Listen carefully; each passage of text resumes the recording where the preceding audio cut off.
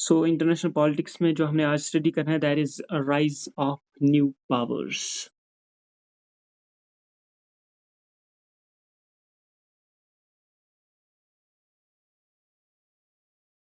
या power centres. और जहाँ तक बात है राइज ऑफ न्यू पावर्स की, ये राइज ऑफ न्यू पावर्स की बात क्यों आती है? क्योंकि देखो, जब वर्ल्ड वॉर सेकंड खत्म होती है तो उसके दो चैंपियंस निकलते हैं, यूएस प्लस यूएसएसआर। उसके बाद इनके बीच हो जाती है कोल्ड वॉर, ये खत्म होती है तो वहां रहती है यूनिपोलैरिटी। तो यहाँ बाइपोलैरिटी थी और यहाँ आ गई यूनिपोलैरिटी, यहाँ आ गई यूनिपोलैरिटी। और जब ये यूनिपोलैरिटी आई तो उसको कहा गया अमेरिकन हेजेमोनी या यूनिलेटरलिज्म। अमेरिकन हेजेमोनी या यूनिलेटरलिज्म। इसीलिए इस यूनिपोलैरिटी को चैलेंज करने के लिए वजूद में आ गए कुछ नए पावर्स, जिनमें राइज ऑफ चाइना की बात होती है, राइज ऑफ जापान की बात होती है, बाकी कुछ कंट्रीज की बात होती है, और European Union as a strong regional organisation की भी बात होती है। तो इन्हीं न्यू पावर्स में जो हम स्टार्ट करेंगे, हम स्टार्ट जो करेंगे वो हम करेंगे यूरोपियन यूनियन से। EU stands for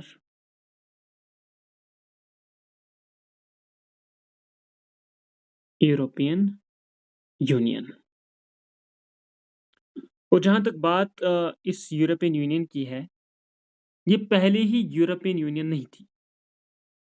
असल में जो वर्ल्ड वॉर सेकंड हुआ या फर्स्ट हुआ, उससे बहुत इम्पैक्ट हुआ इंफ्रास्ट्रक्चर, जो यूरोपियन कंटिनेंट था, बहुत वहाँ प्रॉब्लम्स हुई, चाहे रिहेबिलिटेशन की फिर बात थी, पॉवर्टी की बात थी, वापस ट्रैक पे आने के लिए बहुत टाइम लगा वहाँ पे। तो इसीलिए वहाँ इकोनॉमिक लॉस भी हुआ था,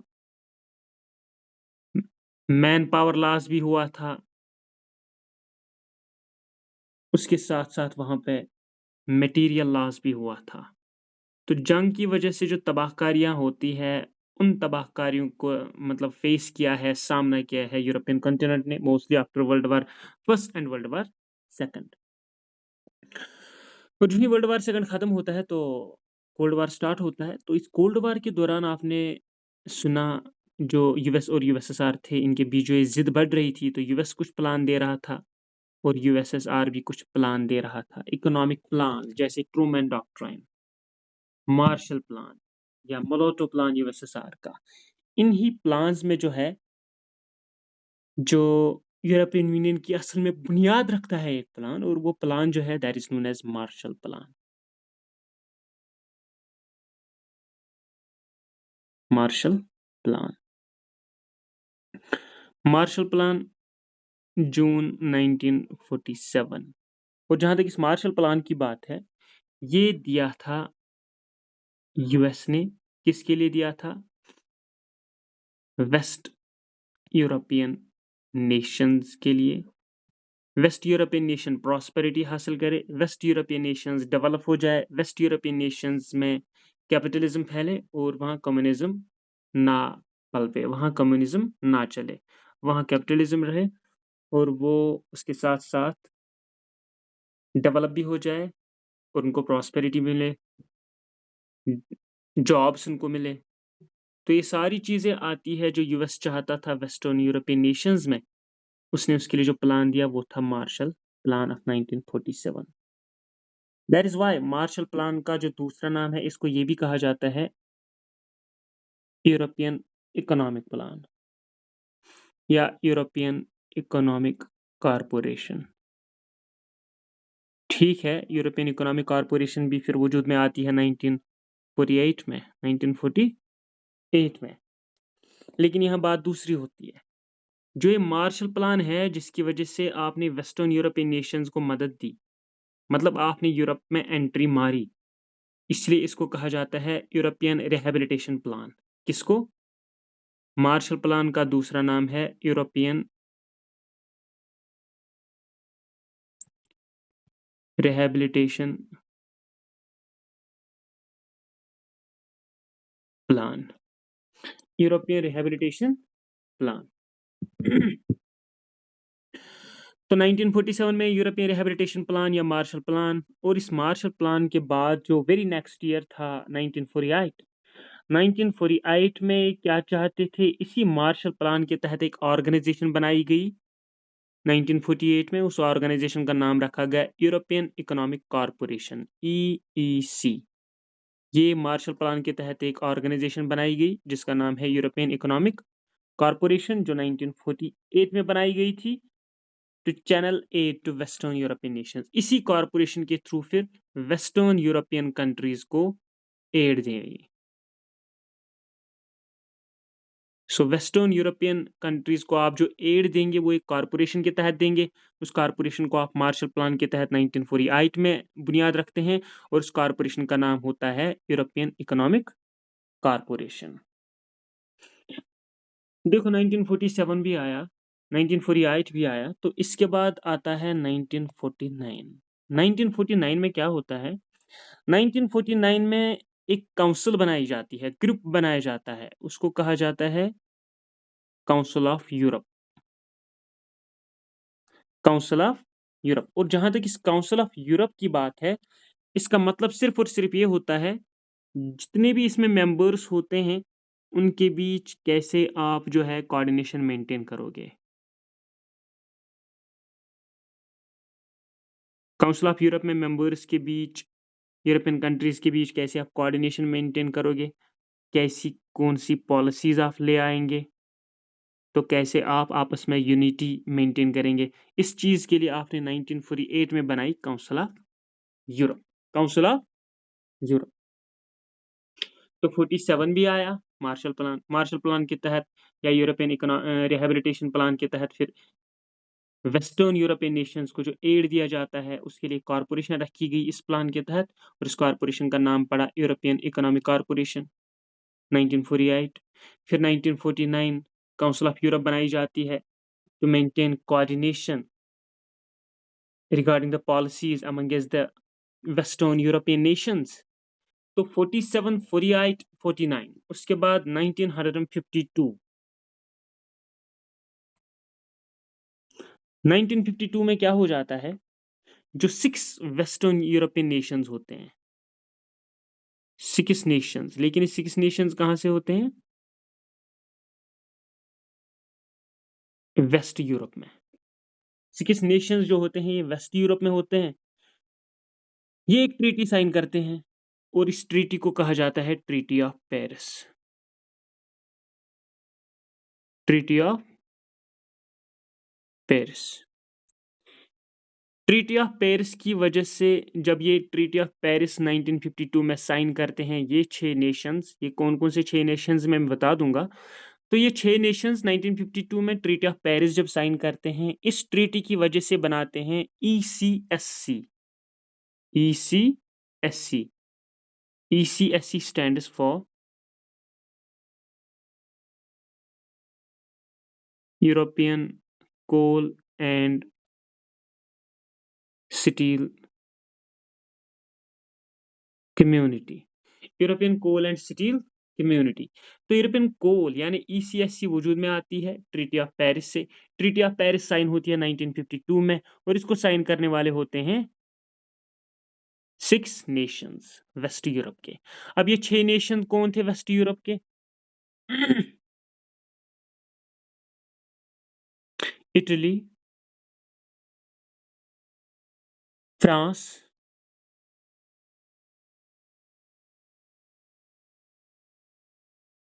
बेल्जियम, नीदरलैंड, नीदरलैंड को हम हॉलैंड भी कहते हैं। तब जर्मनी के 2 हिस्से हुए थे, वेस्ट जर्मनी और उसके साथ साथ Luxembourg.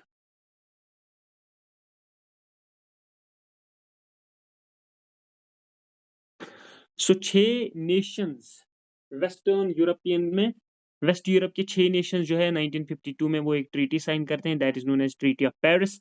And through this very treaty of Paris, European coal and steel community was established in the year 1952, and the 6 nations involved were Italy, Belgium, west Germany, France, Holland या Netherlands and Luxembourg.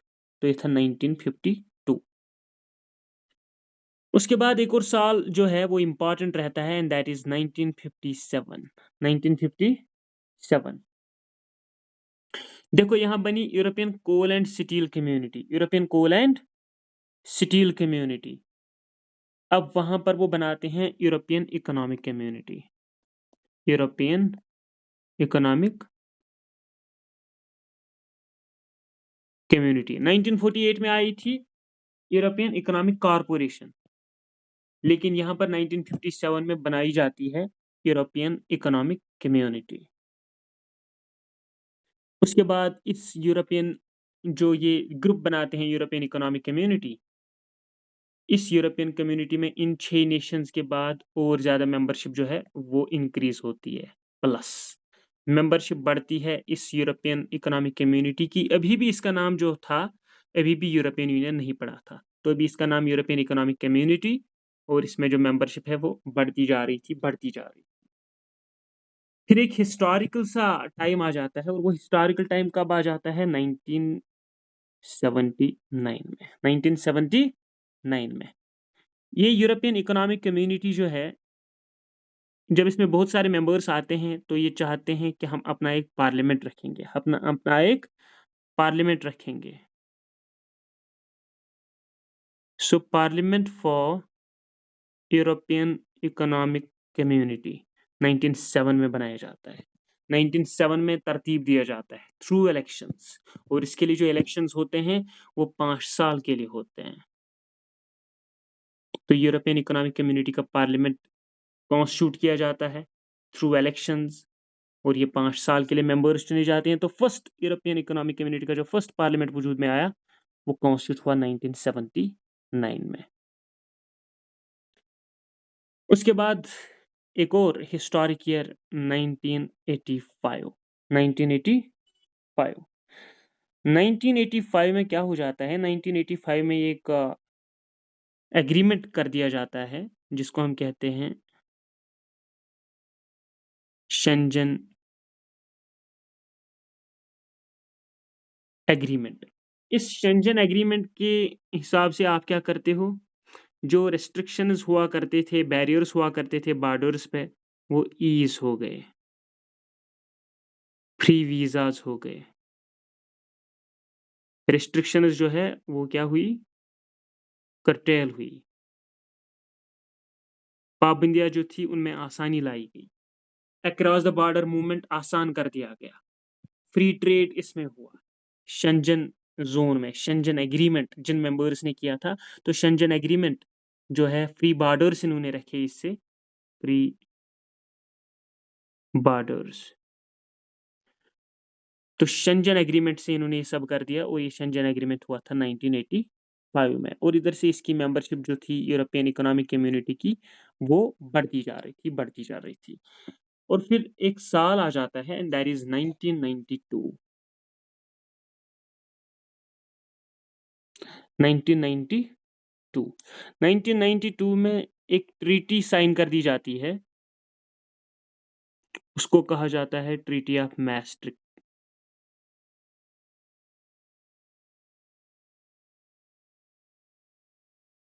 Treaty of Maastricht. Maastricht एक place है Netherlands, Holland में।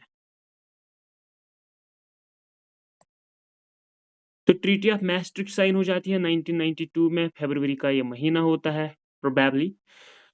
तो treaty of मैस्ट्रिक्ट जब Netherlands में sign हो जाती है तो वजूद में आता है फाइनली यूरोपियन इकोनॉमिक कम्युनिटी का नाम बन जाता है यूरोपियन यूनियन। European union. लिहाजा यूरोपियन यूनियन इसका नाम पड़ता है कब?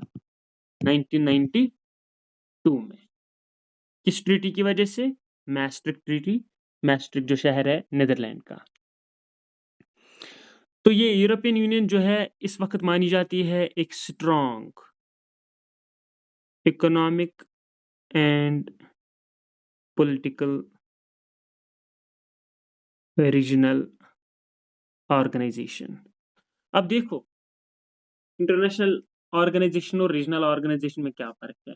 रीजनल ऑर्गेनाइजेशन वो होती है जो एक पर्टिकुलर रीजन में पॉपुलर हो, एक पर्टिकुलर रीजन तक लिमिटेड हो, और इंटरनेशनल ऑर्गेनाइजेशन वो होती है जो थ्रू आउट द वर्ल्ड, जिसकी मेंबरशिप होती है थ्रू आउट द वर्ल्ड, जो फैली हुई हो। तो रीजनल ऑर्गेनाइजेशन जैसे सार्क है,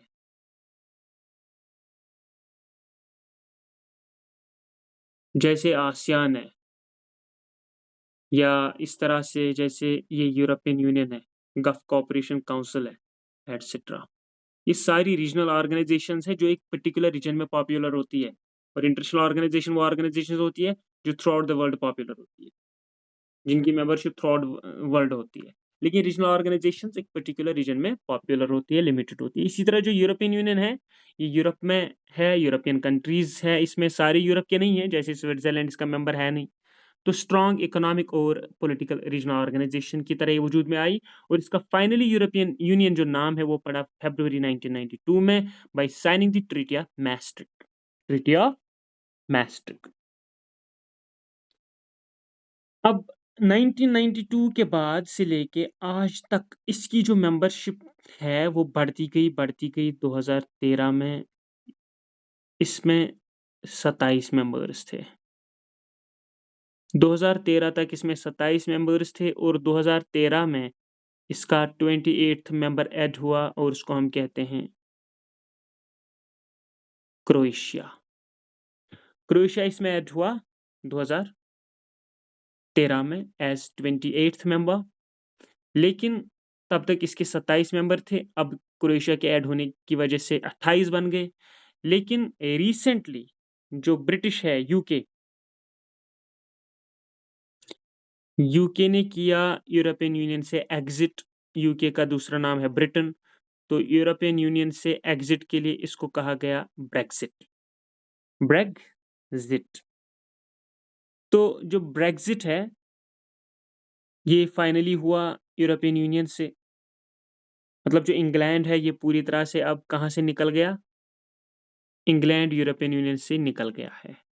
तो यूरोपियन यूनियन से 2020 में इन्होंने ये जो इसके रिलेटेड वोटिंग कराई, तो इसका जो फ़ेवर आया, मतलब इसके लोगों ने जो सपोर्ट किया कि यस, हम यूरोपियन यूनियन से अलग हो जाएँगे। तो ब्रेक्सिट यानी इंग्लैंड के निकलने से यूरोपियन यूनियन की जो मेंबरशिप हो गई वो वापस आ गई कहाँ पे? 27 पे, 27 पे। तो मेंबरशिप तो आ गई 27 पे।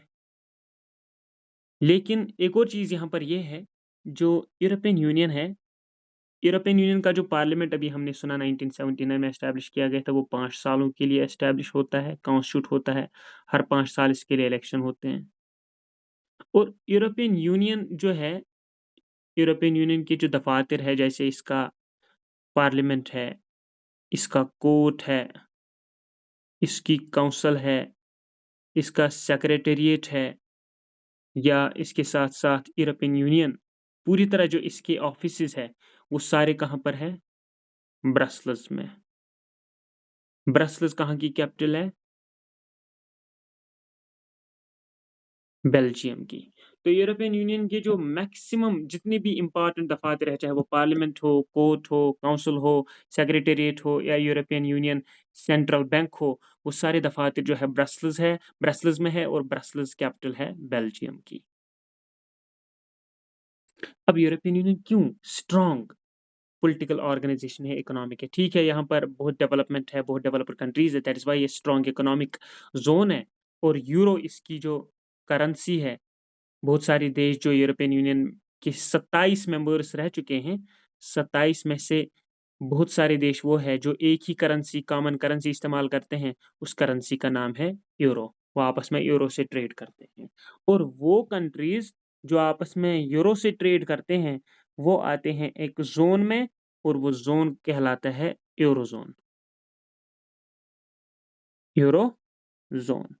यूरोज़ोन जो है ये इंट्रोड्यूस हुआ है 2002 में। यूरोज़ोन खुद 1999 में वजूद में आया, लेकिन जो यूरोज़ोन में उन्होंने कॉमन करेंसी इम्प्लीमेंट कर दी यूरो, वो 2002 से हुई, 2002 से हुई।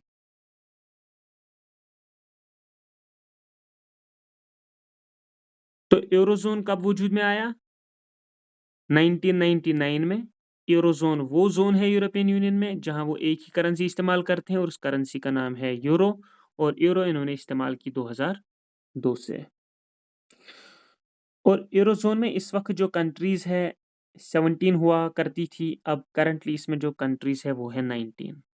सो 19 countries are there in the eurozone, और यूरोज़ोन एस्टैब्लिश हुआ 1999 में, और यूरोज़ोन में कॉमन करेंसी यानी यूरो इन्होंने इस्तेमाल की, इम्प्लीमेंट की 2002 से।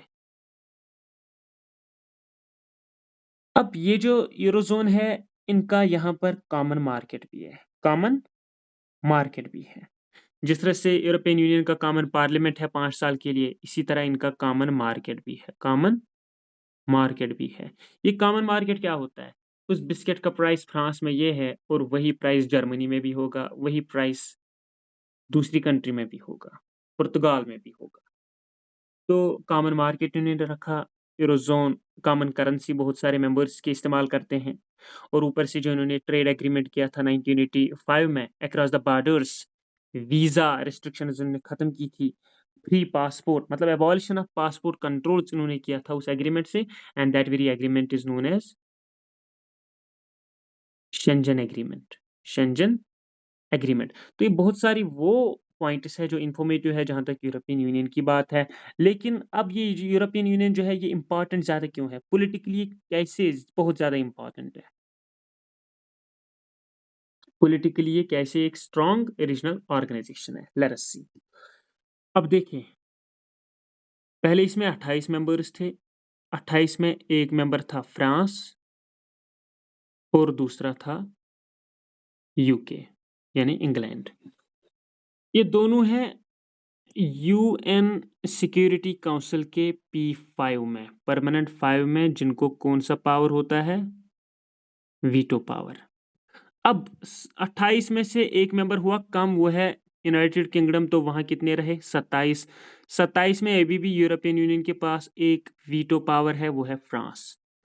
तो इंटरनेशनल लेवल पर, डिप्लोमेटिक लेवल पर यूरोपियन यूनियन को एक स्ट्रांग पॉलिटिकल ऑर्गेनाइजेशन इसलिए भी माना जाता है क्योंकि एक वीटो पावर यूएनएससी का अभी भी यूरोपियन यूनियन का मेंबर है, और वो है फ्रांस। अब यहाँ पर दूसरी बात ये है एक तो वीटो पावर इसके पास है, स्ट्रांग इकोनॉमिक कंट्रीज इसके पास है। अब यूरोपियन यूनियन जो है इसकी रिप्रेजेंटेशन यूएन में भी होती है, G20 में भी होती है, इसके कुछ मेंबर्स G7 में भी आते हैं। इसकी बड़ी इम्पोर्टेंट इसको वोट्स है वर्ल्ड ट्रेड ऑर्गेनाइजेशन में, IMF में भी इसको बहुत सारे वोट्स हासिल है।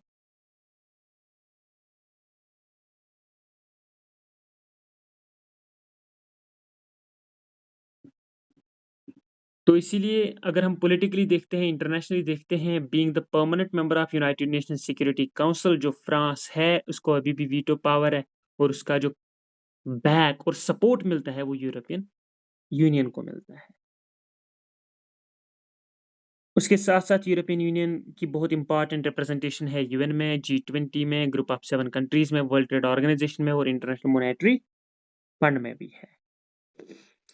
और जो डिप्लोमेटिक मिशंस है या डिस्प्यूट्स है कंट्रीज़ के बीच, वहाँ पर भी यूरोपियन यूनियन रोल इस्तेमाल करता है उन डिस्प्यूट्स को सॉल्व करने की। जैसे बार-बार उन्होंने इंडिया पाकिस्तान के बीच बोला, या श्रीलंका में गए थे पीस मेंटेन करने के लिए, या अभी राइट नाउ रशिया यूक्रेन के बीच जो वार चल रही है, वहाँ पर भी यूरोपियन यूनियन बहुत बैक कर रहा है यूक्रेन को। इवन यूक्रेन ने एक लेटर भी लिखी है यूरोपियन यूनियन को कि मैं भी आपका मतलब आपकी रीजनल ऑर्गेनाइजेशन का हिस्सा बनना चाहती हूँ। ये तो यूक्रेन ने इनको लेटर लिखी है, लेकिन अभी वो फॉर्मली एक्सेप्ट नहीं हुई। और इसके यूरोपियन यूनियन के जितने भी हेडक्वार्टर्स हैं वो सारे बेल्जियम में हैं, चाहे वो बैंक हो, कोर्ट हो, काउंसिल हो या पार्लियामेंट हो। उसके साथ-साथ हिस्टोरिकल है, इसका जो पार्लियामेंट है हर 5 साल के लिए चुना जाता है, और शेंजन एग्रीमेंट जो है वो 1985 में हुआ। जो है उसमें एबॉलिशन ऑफ पासपोर्ट्स है अक्रॉस द बॉर्डर्स। उसमें वीज़ा रिस्ट्रिक्शंस है, मतलब ख़त्म कर दी गई है वो रिस्ट्रिक्शंस, बॉर्डर रिस्ट्रिक्शंस इस शेंजन एग्रीमेंट से। कॉमन ट्रेड ज़ोन है, कॉमन मार्केट है, और उस कॉमन मार्केट में कॉमन करेंसी इस्तेमाल करते हैं, और उस ज़ोन को कहा जाता है यूरो ज़ोन।